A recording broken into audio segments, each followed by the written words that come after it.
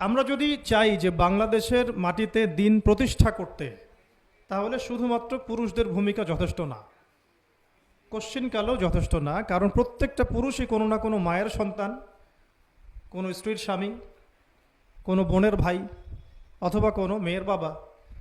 তাহলে যদি শুধু পুরুষবাচক শব্দে আমরা সমাজ সংস্কার করতে যাই, আমরা ব্যর্থ হব।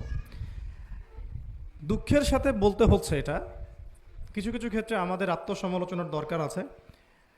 আমরা পুরুষদের মধ্যে যে পরিমাণ মেহনত করেছি, করছি এবং করার পরিকল্পনা করছি, তার 50% আমরা মেয়েদেরকে নিয়ে ফিকির করছি না। যে কোনো দিনই বোন যদি হেদায়েতপ্রাপ্ত হন আল্লাহর পক্ষ থেকে, তারপরে সে যে পড়াশোনা করবে, এই পড়াশোনা করার মতো উপযুক্ত প্রতিষ্ঠানও আমরা তাদেরকে দিতে পারি না।